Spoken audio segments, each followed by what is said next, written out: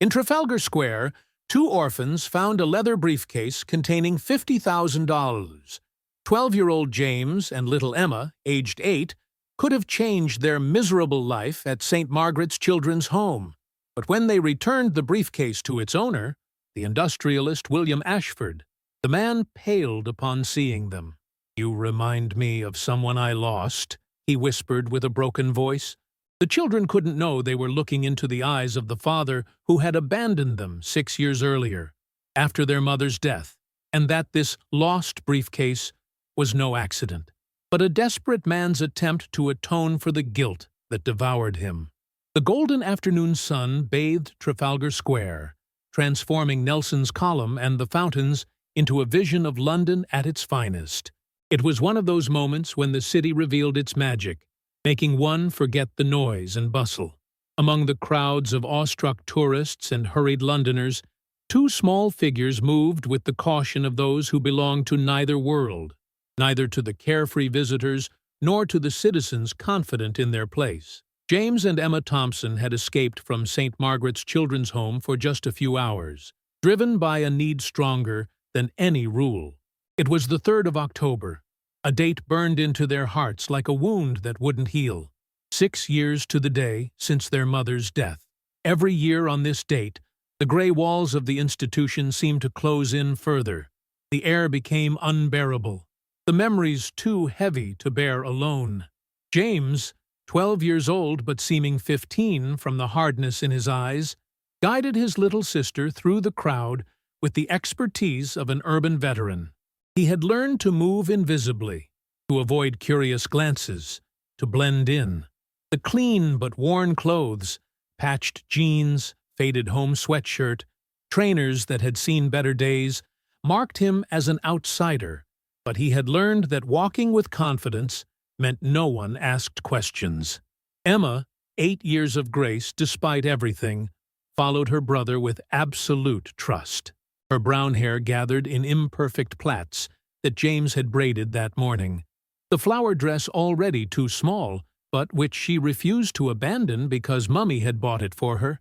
Hazel eyes that watched the world with a curiosity that even the home hadn't been able to extinguish. They had no specific destination. They just wanted to breathe, to see something other than the concrete yard where they spent their days, to pretend for a few hours to be normal children with a home to return to. They had stopped before illuminated shop windows, watched families strolling hand in hand, bought an ice cream with the few pounds saved from their meager pocket money. The sun was setting behind the Westminster buildings when they decided to return. Sister Catherine would notice their absence at 6 o'clock tea, and the punishments for runaways were severe, but it had been worth it. For a few hours they had been just James and Emma, not the Thompson children from the West Wing, the ones nobody wanted to adopt. It was while crossing the south side of the square that Emma stumbled. A loose shoelace had caught on something. James bent down to free her and saw the briefcase. It was a dark brown leather briefcase, one of those expensive ones he'd seen in city shop windows. Not a woman's handbag, but an elegant gentleman's briefcase, with brass buckles and perfect stitching. It lay half hidden between a stone bench and a flower bed, as if it had slipped, and the owner hadn't noticed. James looked around. The square was teeming with people, but no one seemed to be searching for something. No one was looking at the ground with concern. Heart pounding, he lifted the briefcase. It was heavy, much heavier than an empty briefcase should be. Emma looked at him with those eyes that said everything without needing words. The same question shimmered in both their minds. What was inside? James wrestled with temptation for long seconds. He knew he shouldn't open it, that the right thing would be to take it to the police. But curiosity, coupled with a darker thought, what if it contained something that could change their lives? One out. They sat on the bench, the briefcase between them like a forbidden treasure. With slightly trembling hands, James opened the main clasp. His breath caught in his throat. Money. Bundle after bundle of 50 and 100-pound notes, held together with bank bands. He couldn't believe his eyes. Cautiously, he took one out, counting quickly. £5,000 in a single bundle. And there were at least 9 more. £50,000. An astronomical sum for 2 children who received £5 pocket money a week when things were good. A sum that could mean freedom, escape, a new life away from the stifling rules and identical meals of the children's home. James's hands trembled as he put the money back in the briefcase. His mind raced, calculating possibilities. With this money, they could run away, take a train to the coast, rent a room. He could look for work lying about his age. Emma could go to a normal school, have real friends, no longer be the orphan, but just Emma. But as these thoughts swirled, his hand touched something else in the briefcase, a matching leather wallet, bulging with cards. He opened it, and the dream of escape began to crumble. Documents in the name of William Ashford, platinum credit cards. Elegant business cards presenting him as CEO of Ashford Textile Industries. An address in Belgravia, an area James only knew from seeing it on television, where London's wealthy lived. But it was the photograph that definitively stopped any fantasy of flight. Laminated and worn at the corners from frequent touching, it showed a distinguished man in his 40s embracing a beautiful brunette woman. Between them, 2 children, a boy of perhaps 6 years and a tiny girl. They were all smiling, perfect happiness captured in a moment that seemed eternal. James stared at this photo for a long time. This man had a family. Perhaps this money was for something important. A medical operation, a ransom, who knows? They weren't just pieces of paper, but perhaps someone's salvation. Like him and Emma, this family too had needs, fears, hopes. He looked at his little sister who was stroking the briefcase with reverence, as if it were a pet she wanted to keep. In her eyes, he saw the same desire that burned in him, the possibility of a different, better life. But he saw something else too, the trust she placed in him, the certainty that Big Brother would do what was right. What was right? How many times had Sister Catherine repeated those words? Usually James ignored them, considering them useless sermons from someone who didn't understand how hard their life was. But now, with £50,000 in his hands and freedom within reach, those words weighed like stones. He thought of his mother. Sarah Thompson had been a primary school teacher, a woman who always put others before herself. Even in the last days, consumed by the illness that took her in a few months, she had continued to teach them the importance of honesty. No matter how difficult life is, she had whispered with her last breath, remain good people. It's the only wealth no one can take from you. James closed the briefcase with determination. Emma looked at him without protesting, as if she had followed his thoughts and arrived at the same conclusion. They rose from the bench, the briefcase now heavy not with money, but with responsibility. The journey to Belgravia was a voyage through London's many souls. From the touristy grandeur of the center, they passed through increasingly residential, increasingly exclusive areas. The souvenir shops gave way to designer boutiques, the crowded pubs to elegant wine bars with polished terraces. They walked for almost an hour, stopping twice to ask directions. People looked at them with a mixture of curiosity and suspicion. 2 poorly dressed children with an expensive leather briefcase weren't a common sight in these neighborhoods. But James had learned the art of appearing invisible, of moving with enough confidence not to attract too much attention. Finally, they found the address. Ashford House was a magnificent Georgian townhouse perfectly restored, with wrought iron balconies and a Portland stone facade that spoke of old money. The entrance was guarded by a uniformed doorman who regarded them with obvious disapproval. James explained the situation in a firm voice, showing the briefcase and documents. The doorman, an elderly man with a kind face beneath the stern appearance, immediately changed his attitude. He ushered them into the entrance hall while he telephoned upstairs.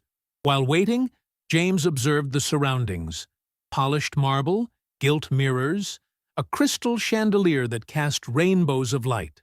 a world so removed from theirs, it seemed to exist in another dimension. Emma pressed against him, intimidated by the luxury surrounding them. The doorman returned with a strange expression.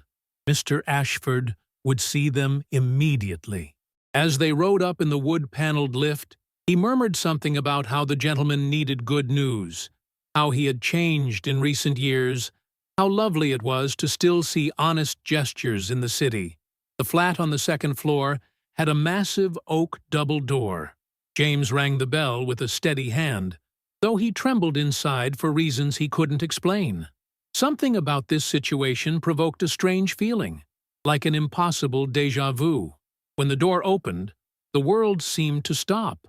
The man staring at them was the one from the photograph, but aged by years in what seemed like months. The salt and pepper hair was grayer, the lines deeper, but it was the eyes that struck, gray like James's, identical in shape and color. For long, endless seconds, no one moved. William Ashford studied them with almost painful intensity, his face losing color second by second. His hand gripped the door frame as if he needed support. Then he spoke those words that would change everything. "You remind me of someone I lost." The voice was broken, laden with an old, never-overcome pain. James held out the briefcase with a mechanical gesture, but William didn't seem to see it. His eyes were fixed on their faces, drinking in every detail like a man dying of thirst in the desert. When James finally managed to introduce himself, James and Emma Thompson from St. Margaret's Children's Home, the effect was devastating. William made a sound that was both sob and hysterical laughter, his knees giving way as he slid to the floor. "Thompson," he repeated as if in a trance, "your mother's maiden name, Sarah Thompson." And in that moment, in that luxurious entrance hall of a London townhouse, three lives separated by fate and bad choices found each other in the most improbable way. A lost briefcase, or perhaps placed by destiny, had brought home two children who didn't know they had a living father, and returned to a man the possibility of redemption he believed lost forever. William's flat told a story of emotional abandonment, dust-covered photographs, sealed rooms, a mausoleum atmosphere that contrasted with the obvious luxury. As he served hot chocolate to the children with trembling hands, the truth emerged like pus from an infected wound. 6 years earlier, William Ashford had been a successful young entrepreneur in the textile industry, married to Sarah, a tender-hearted primary school teacher. Two children completed the perfect picture, 6-year-old James and little 2-year-old Emma. But beneath the golden surface, rot was growing inexorably. William was slave to two merciless masters, obsessive work and compulsive gambling. Nights at the Hippodrome Casino multiplied. Debts grew like metastases, lies accumulated layer upon layer. Sarah had begged, threatened, wept. He had promised to change with the ease of one who lies even to himself. On the fateful night, William had lost a devastating sum at the gaming tables. Returning home, drunk and desperate, he found Sarah packing suitcases, determined to protect the children from this destructive spiral. Enjoying the story? Give it a little like, and don't forget to subscribe. Now then, let's carry on. The argument exploded violently. Words like blades, accusations like bullets. The terrified children cried in their room. Sarah went out into the stormy night, swearing she would return for the children the next day. But tomorrow never came for her. An accident on the M25, the car crushed against the central reservation. Instant death in the pouring rain. William, annihilated by guilt and drowned in alcohol, committed the vilest act of his existence. He declared to social services that he couldn't raise the children. He watched as they were taken away, James screaming desperately, Emma crying silently, her doll clutched to her chest. The officials had assured him that such young children would be adopted quickly. A lovely family would love them. William clung to this lie to survive his own horror. But reality had been different. too old to be desirable, too traumatized to be easy. James and Emma remained in the limbo of the system. In the years that followed, William rebuilt the facade of his life. He stopped gambling out of desperation more than willpower, multiplied his wealth, built an empire, but inside, he had died that rainy night, a well-dressed ghost moving through empty days. The briefcase, he confessed in a broken voice, hadn't been lost by chance. For months he'd been leaving it around London, always with the same sum, the £50,000 lost that cursed night. It was his mad penance, hoping someone would steal this blood-stained money, but it was always returned, as if the universe refused his cheap expiation, and now it was precisely they who had found it, his children. The circle closed with cruel precision. The following weeks were dominated by bureaucracy and mutual distrust. William wanted his children back, but the law erected seemingly insurmountable walls. He had renounced parental rights. Too much time had passed. The traumas were deep. The social worker, Mrs. Davies, veteran of 1,000 family dramas, was merciless in her honesty. One couldn't recover children like lost objects. They were human beings shaped by 6 years of abandonment. She granted only supervised meetings in the cold environment of the family court. James wore 6 years of anger like armor. He sat stiffly during meetings, firing questions like poisoned arrows. Was gambling worth more than them? Did he know how many families had rejected them? How many nights Emma had called for Daddy in her sleep? William took each blow without defending himself. He brought photo albums, tried to fill voids with faded memories, asked forgiveness with the monotony of a litany. But words seemed insufficient before the enormity of the betrayal. Emma observed everything with her ancient eyes. She kept no clear memories of father, only sensations, strong arms, scent of safety, lullabies in the night. She studied William like a riddle to decipher. The turning point came unexpectedly at the 5th meeting. William brought Sarah's guitar, kept like a sacred relic. When his fingers found the notes of the lullaby Sarah sang every night, something broke in James. The boy collapsed in violent sobs, years of pain exploding like a dam. That evening, back at the home, James spoke to Emma of buried memories. The father who built blanket forts, who invented stories of dragons and princesses, who carried them on his shoulders pretending to be a horse. But there were shadows, too. Shouts behind closed doors, smell of alcohol, mother crying softly, believing she wasn't heard. The proposal of a foster family willing to take both siblings came like a bolt from the blue.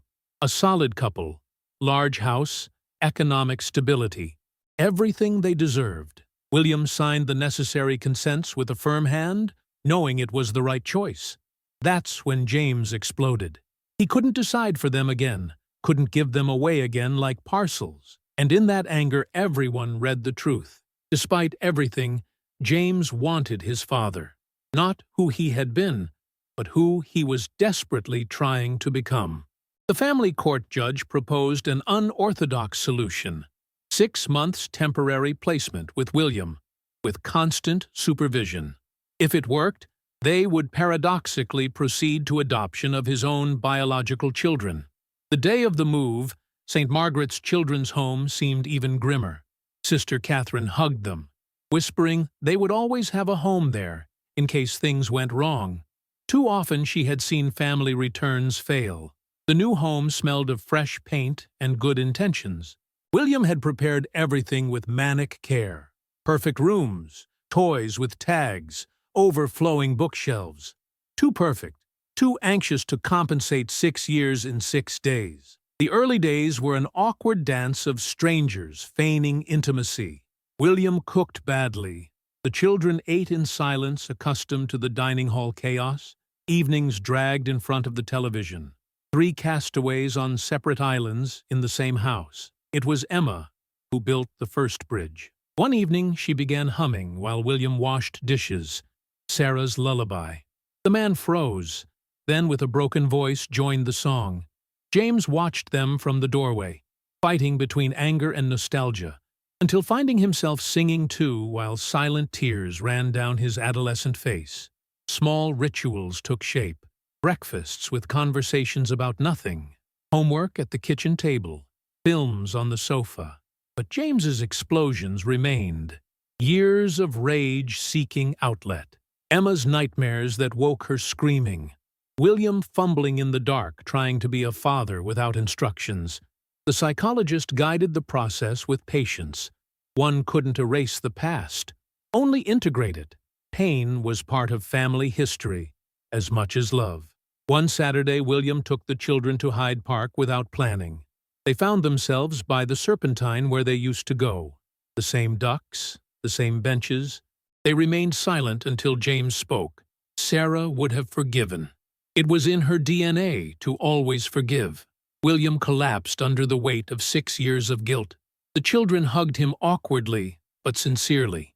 And there, by the Serpentine, they truly began to become a family. The months slipped by, transforming the house from museum to home. Living disorder replaced sterile perfection. William had created a foundation for children in difficulty, a way to transform personal pain into collective good. The children often accompanied him, James finding particular affinity with the angriest boys. It was Oliver, 10 years of rage in a scrawny body, who catalyzed the change in James.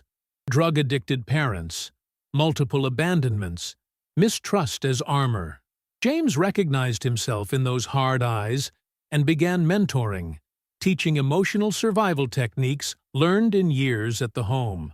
When Oliver ran away from the center one night, James knew where to look. He found him under Waterloo Bridge, trembling more from fear than cold. The dialogue that followed changed them both. Oliver didn't want to return because nobody really wanted him. James replied that he understood, but sometimes people just needed time to learn to love, even parents.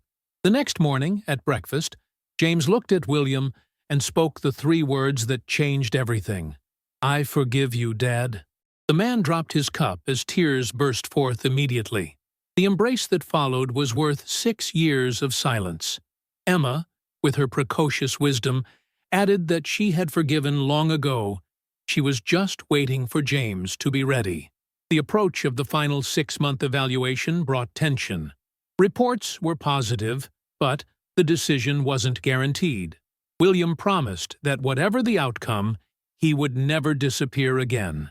It was an oath on Sarah's memory, sacred and inviolable. The day of judgment arrived with a clear spring sky rarely seen in London. In the courtroom, the 3 sat close, but not touching, as if contact might influence the decision. The judge read reports from social workers, psychologists, teachers.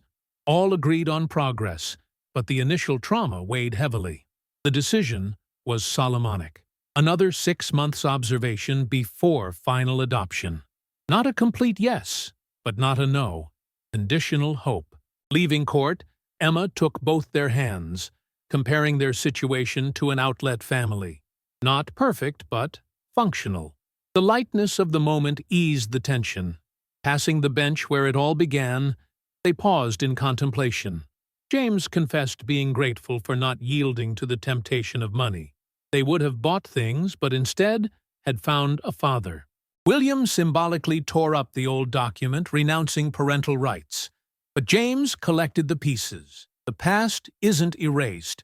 It's part of them without defining them anymore. They dined at Sarah's favorite restaurant, a place avoided for 6 years. When the waiter commented what a lovely family they were, they looked at each other, aware of the truth in those words.